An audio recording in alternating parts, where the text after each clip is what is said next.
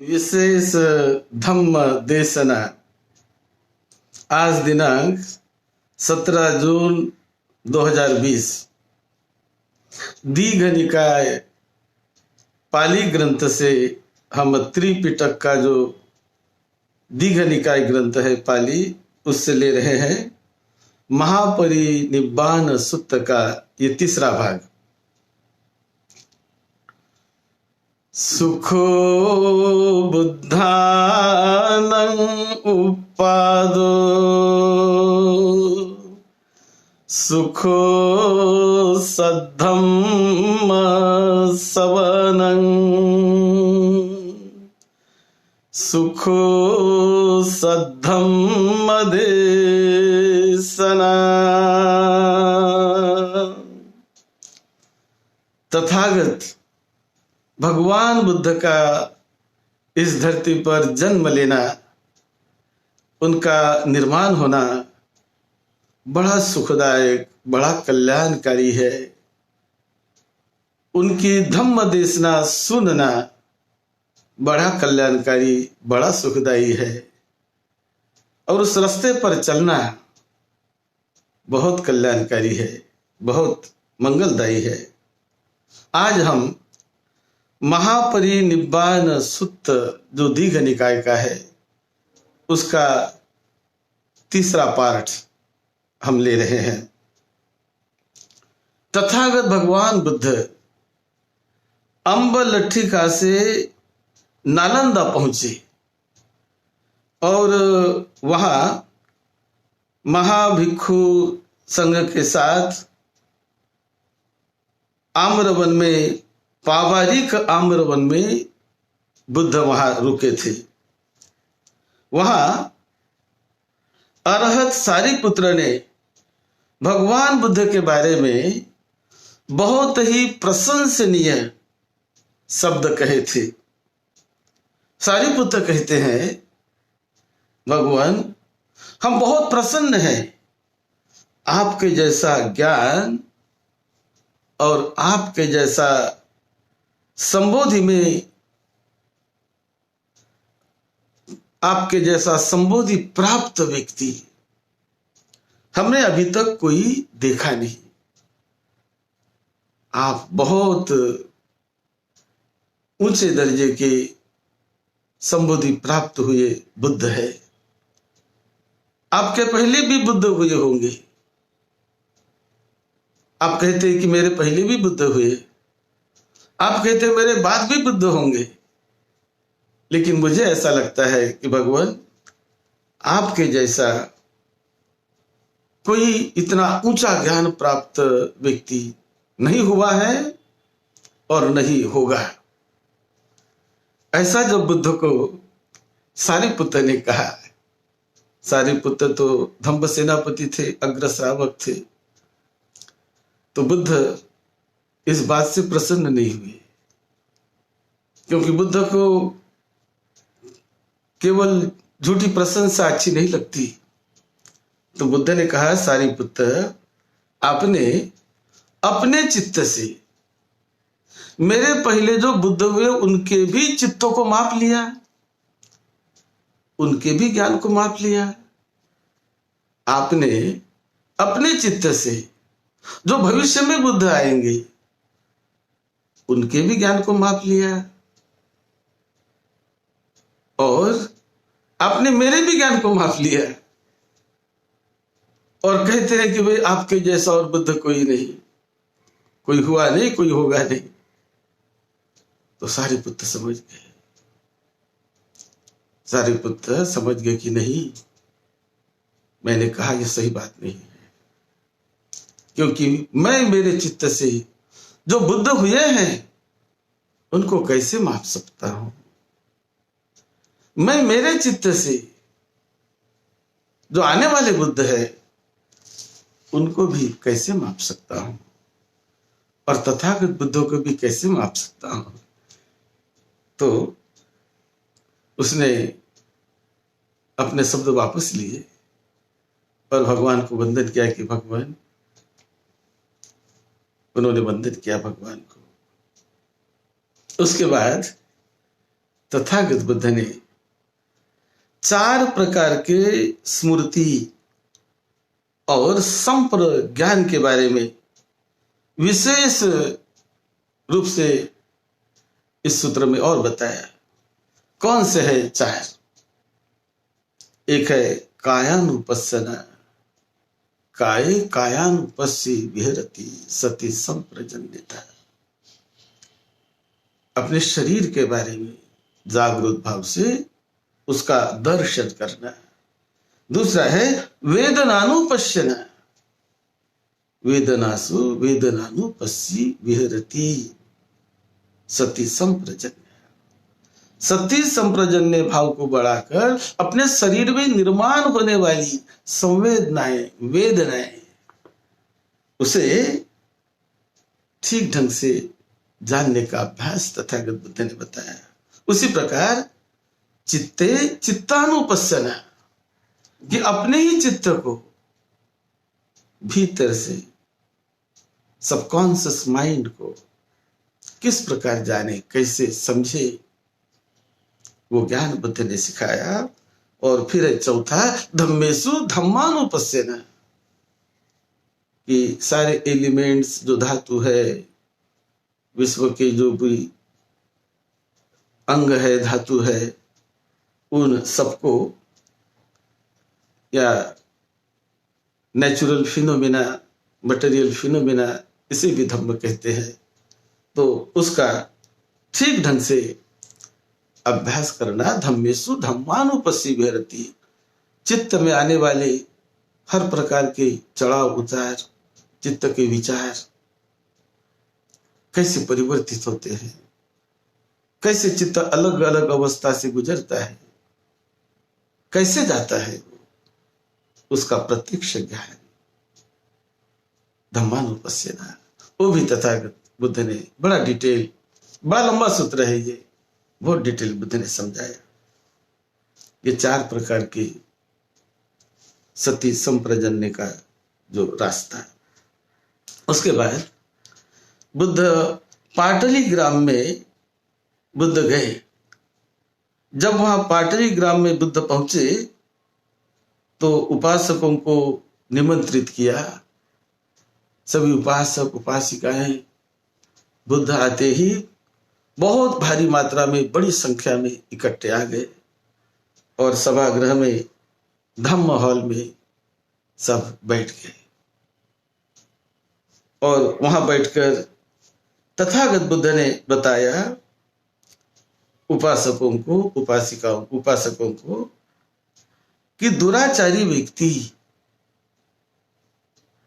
ये 5 प्रकार के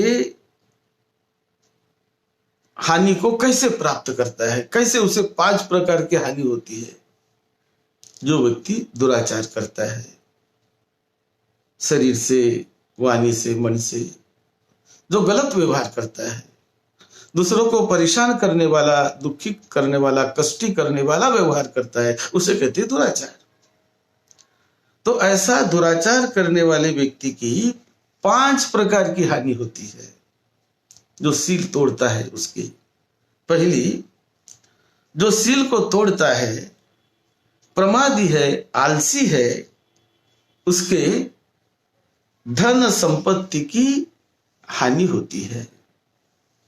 ये पहली हानि, उसकी धन संपत्ति कम होने लगती है, हानि होती है, नष्ट होती है। फिर दूसरा, जो व्यक्ति सील का पालन नहीं करता है, दुराचार करता है, उसकी अपकीर्ति फैलती है। वो सील भंग करने वाला व्यक्ति है, दुराचारी है, ऐसा ऐसी उसकी अपकीर्ति होती है। तो ये उसकी दूसरी हानि है, ये उसकी दूसरी हानि है। इसी प्रकार तीसरी हानि, सील तोड़ने वाले व्यक्ति की किसी भी परिषद में, वो ब्राह्मण की परिषद हो, क्षत्रियों की परिषद हो, उपासकों की हो, उपासिकाओं की हो, संघ की हो, किसी भी परिषद में, किसी भी सभा में सील तोड़ने वाले व्यक्ति की इज्जत नहीं होती, उनका सम्मान नहीं होता। उसे सभी के सामने अपना मुख बंद करके बैठना पड़ता है। ये उसकी तीसरी हानि है दुराचारी व्यक्ति की। इसी प्रकार चौथी हानि, जो व्यक्ति सील को तोड़ने वाले होते हैं, उसकी चौथी हानि यानी मृत्यु के समय ये सील तोड़ने वाले व्यक्ति बेहोशी से उनकी मृत्यु होती है। जागृत भाव से नहीं, वो बिना जागृत अवस्था से, बिना जागृत अवस्था में बेहोशी में उनकी मृत्यु होती है। उसे कहते हैं असमूल्यो कालं करोति। यानी जब वो मृत्यु की अवस्था में होता है, जब वो मृत्यु के आसन पर है, तो वो बेजागरूक रहकर, यानी उनकी जो मृत्यु बेहोशी में हो जाती है। यह है उसकी चौथी हानि। और पांचवी हानि है, जो व्यक्ति सील को तोड़ता है, दुराचारी है, उसकी पांचवी हानि यानी मृत्यु के बाद उसकी दुर्गति हो जाती है। मृत्यु के बाद उसे कष्टमय और बड़ा दुर्गति का जीवन उसे मिलता है। तो यह है उसकी पांचवी हानि। ऐसे 5 प्रकार की हानि होती है सील तोड़ने वाले व्यक्ति की। इसी प्रकार तथागत बुद्ध ने बताया कि जो व्यक्ति सील संपन्न है, जो सदाचारी है, किसी को परेशान नहीं करता, सील का पालन करता है, ऐसे सील का पालन करने वाले व्यक्ति के 5 प्रकार के लाभ होते हैं। तो कौन से 5 प्रकार? पहला उसका लाभ है, सीलवान व्यक्ति, अप्रमादी व्यक्ति की धन संपदा वो बढ़ते रहती है, यश वैभव बढ़ते रहता है, उनका संपदा बढ़ती रहती है। यह है उसका पहला लाभ। फिर जो सील का पालन करने वाला होता है, उसका दूसरा लाभ कौन सा? जो सदाचारी है, सील का पालन करता है, उस व्यक्ति की मंगल कीर्ति हर जगह फैलती है। सीलवान है, गुणवान है, सदाचारी है, बुद्धिमान है, इस प्रकार की कीर्ति उसकी फैलते रहती है सीलवान व्यक्ति की। तो ये उसका दूसरा लाभ है, दूसरा लाभ है, जीते जी मिलने वाला है। फिर तीसरा लाभ, जो सीलवान व्यक्ति होते हैं, सदाचारी व्यक्ति होते हैं, वो किसी भी परिषद में जाए, किसी भी सभा में जाए, तो उस सभा में उसका सम्मान होता है, उसका आदर होता है, उसकी इज्जत होती है, और उसको गौरव उसका होता है। उसका मुख बंद नहीं होता, वो बोलता है, इज्जत होती है उसकी। तो ये उसका तीसरा लाभ है सीलवान व्यक्ति का। इसी प्रकार चौथा लाभ, जो व्यक्ति सीलवान और सदाचारी होते हैं, उन सदाचारी और सीलवान व्यक्ति की जब मृत्यु होती है, तो मृत्यु के समय वो बड़े जागरूक अवस्था में, बड़े होश में, मुस्कुराते हुए जागरूक अवस्था में अपने प्राण को त्यागते हैं, अपने शरीर को त्यागते हैं। यानी ये बहुत बड़ा लाभ है कि सीलवान व्यक्ति की मृत्यु जागरूक भाव से होती है, बेहोशी में नहीं, तो जागरूक भाव से मृत्यु होना ये बहुत बड़ा लाभ है, बहुत बड़ा लाभ है। और ये शीलवान व्यक्ति को, सदाचारी व्यक्ति को ये लाभ मिलता है, ये होता है उसका लाभ। और फिर पांचवा लाभ जो शीलवान होता है, शीलवान सदाचारी व्यक्ति मृत्यु के बाद आनंदमय, सुखदायक, उच्च ऐसे सुगति को प्राप्त करता है, उसका प्रमोशन होता है जीवन का। तो ये उनका पांचवा लाभ है शीलवान व्यक्ति का। तो ये तथागत बुद्ध ने जब समझा के बताया, सारे लोग साधुवाद करने लगे, बड़े प्रसन्न हुए और बहुत संघ का आभार माना, बुद्ध का आभार माना। उसके बाद और भी एक घटना है।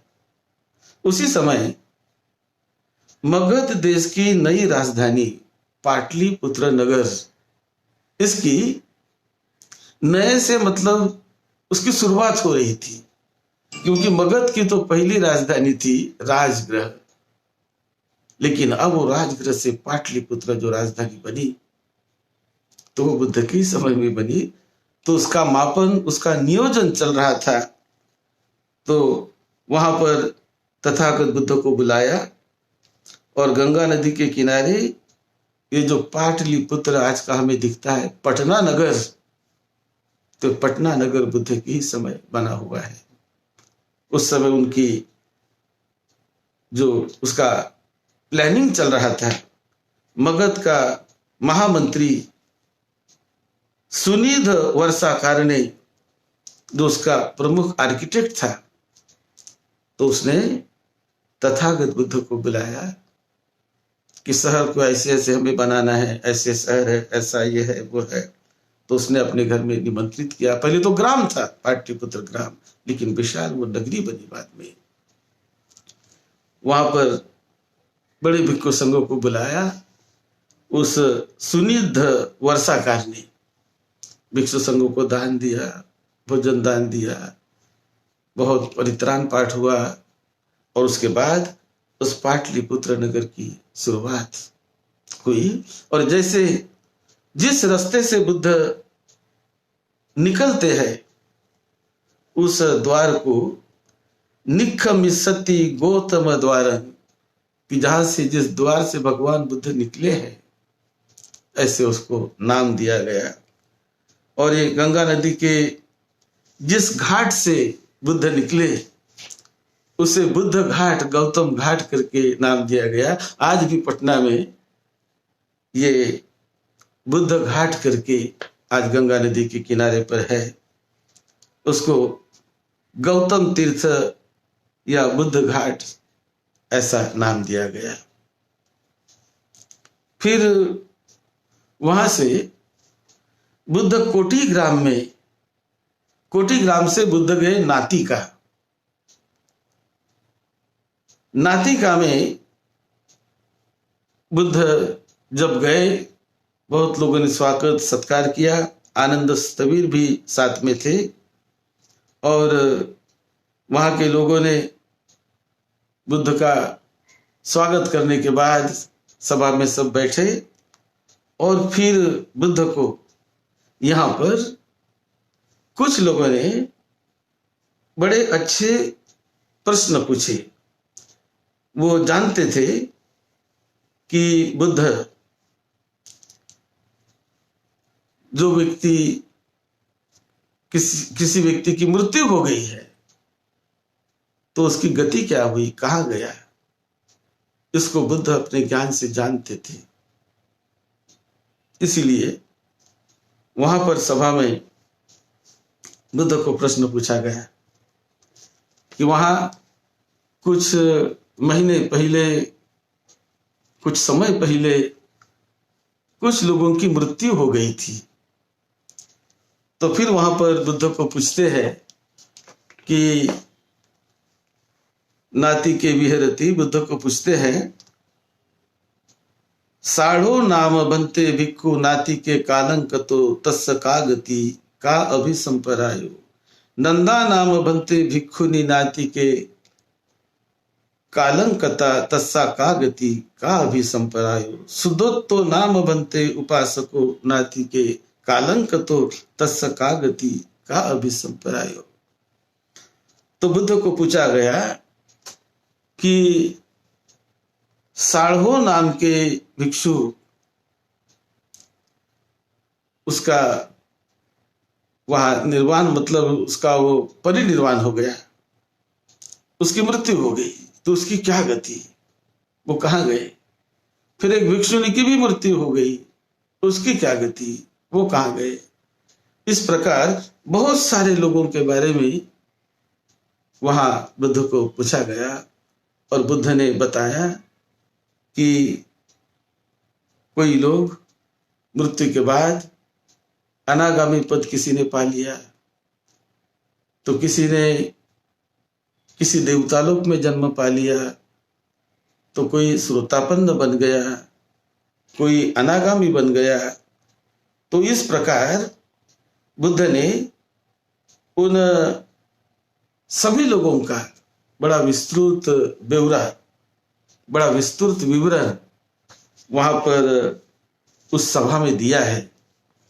और वो सभा में बहुत ही अच्छा, मतलब लोग ये सारा उनकी गति सुनकर, कौन कैसे हुआ, किसको सकृदागामी पद मिला, कौन श्रोतापन्न हुआ, कौन अनागामी हुआ और कौन दुर्गति को गया, उसका भी विवरण वहां पर तथागत बुद्ध ने बताया। तो सभी लोग बड़े प्रसन्न हुए, बड़े प्रसन्न हुए। जब मैं श्रीलंका में सद्धम्म की ट्रेनिंग ले रहा था, पहली बार मैं 1974 को वहां श्रीलंका में मैं ट्रेनिंग ले रहा था, पढ़ रहा था यूनिवर्सिटी में। तो ये सारी बातें, ये सूत्र जब मैं पढ़ रहा था, तो उस समय मुझे ये कोई समझ में नहीं आ रहा था ये सूत्र, क्योंकि मैं तो पुनर्जन्म पर विश्वास नहीं करने वाला था। यहाँ से जब चला गया भारत से, हमारे गुरुजी ने, डॉक्टर भदंत आनंद कौशल्यायन जी ने मुझे वहां भेजा, और वहां जाकर तो एकदम बौद्ध वातावरण, उस वातावरण में जो नई चीज मुझे समझ में नहीं आ रही थी, वहां जो पढ़ाया जाता था कि श्रोतापन्न ऐसा होता है, सकृदागामी ऐसा होता है, अनागामी ऐसा होता है, अरहत ऐसे होते हैं। हमने तो यहाँ कभी वो शब्द ही नहीं सुने थे कि क्या श्रोतापन्न है, क्या अनागामी, क्या अरहत। हमें तो बस इतना था, बुद्ध के बारे में इतना ही हमें बताया गया था कि बुद्ध राजकुमार थे, घर बार छोड़कर वो तप साधना करने लगे और बुद्ध बने, और बस लोगों के लिए वो काम करते रहे। लेकिन क्या सिखाया, इसका कोई विशेष हमें ज्ञान यहाँ नहीं मिला। लेकिन वहां जाने के बाद ये जब सूत्र हमें पढ़ाया गया, तो पहली बार मेरा अपना अनुभव बता रहा हूं कि मेरे सब सिर से गया, कोई समझ में नहीं आ रहा था। तो हमारे जो प्रोफेसर डॉक्टर हेवनपोल रतन आचार्य महाविद्यालंकार यूनिवर्सिटी में जब मैं पढ़ता था, तो वो थे उसी प्रकार प्रोफेसर डॉक्टर काकपल्य अनिरुद्ध महास्थवीर। इसी प्रकार ये भी महास्थवीर थे, डॉक्टर हेवनपोल रतन आचार्य। उन्होंने बहुत बड़ा विहार लॉस एंजलिस में बनाया है। लॉस एंजलिस में भी उनके विहार में मैं गया था, और सही में जब मैं लॉस एंजलिस गया तो मैंने देखा कि वहां पर इतना सुंदर उन्होंने विहार बनाया। और जब मैं दूसरी तीसरी बार गया, तो उस समय ये भी मैं पुण्य समझता हूं कि वहां पर डॉक्टर हेवनपोल रतन आचार्य जी का वहां पर निर्वाण हुआ था। तो वो भी अटेंड करने का मुझे मौका मिला।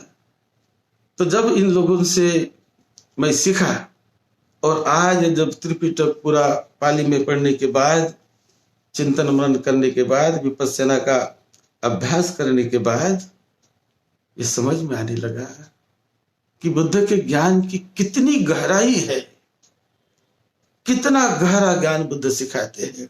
क्योंकि हम तो जो ज्ञान जानते हैं वो केवल अपने 5 इंद्रिय का ज्ञान हमें होता है, वो लिमिटेड है। हमारे इंद्रिय, आंखों की लिमिटेशन है, आंखों की क्षमता है, हमारे कान की क्षमता है, हमारे मन की भी क्षमता है, और जो 5 इंद्रियों की हमारे क्षमता है। लेकिन तथागत बुद्ध का जो ज्ञान होता है इन 5 इंद्रियों के परे, जिसे कहते हैं beyond the mind and matters, वो मन के भी परे और मैटर के भी परे, ऐसा जो उनका ज्ञान होता है, उसका जो प्रत्यक्ष साक्षात्कार होता है, जिससे वो दिव्य दृष्टि से इस लोक को, दूसरे लोक को, इस ग्रह को, इस पृथ्वी को, सभी को वो देख सकते हैं। हमारी ये आंखें नहीं देख सकती। उसे कहते हैं दिव्य चक्षु ज्ञानन, दिव्य सोत ज्ञानन, यानी दिव्य दृष्टि का ज्ञान। ये हमारी जो मांस की दृष्टि है इसकी एक लिमिट होती है, लेकिन जो दिव्य दृष्टि होती है, डिवाइन आई, वो तो असीम होती है। लाखों करोड़ों करोड़ों मील दूर तक वो दृष्टि जाती है। वो होता है बुद्ध का ज्ञान, वो होता है अरहतों का ज्ञान। सामान्य आदमी का ये बस की बात नहीं, लेकिन यदि उस रास्ते पर चले तो सामान्य आदमी भी उसको हासिल कर सकता है। और सैकड़ों अरहतों ने, हजारों अरहतों ने उसको हासिल किया। तो इस प्रकार ये जो पहली बार मैं सूत्र पढ़ा तो मेरा विश्वास नहीं हो रहा था, और वहां मैं श्रीलंका रेडियो से प्रवचन भी देता था। हर दिन हजारों प्रवचन मैंने श्रीलंका ब्रॉडकास्टिंग कॉर्पोरेशन से 1974, 75, 76, 78, 9 तक मैं वहां बहुत प्रवचन देते रहा। तो आज जब इतने सालों के बाद, जब स्टडी करने के बाद बुद्ध ज्ञान की कितनी गंभीरता है और कैसे जीवन मरण से ऊपर बुद्ध ज्ञान उठाता है, कैसे मृत्यु को जीतना सिखाता है,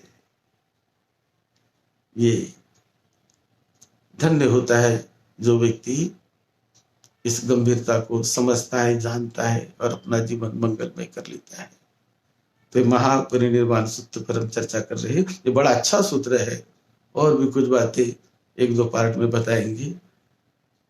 आप सुनने वाले सभी श्रद्धावान उपासक उपासिकाएं, सभी भाई बहन, सबको बहुत बड़ी मंगल मैत्री। आप सबको निरोगत्व मिले, दीर्घायुष्य मिले, मंगलमय सुखी आपका जीवन बीतते रहे, यही मंगल कामना है। सद्धम्म की सेवा में, आपकी सेवा में डॉक्टर बदंत राहुल बोधी, महादेव।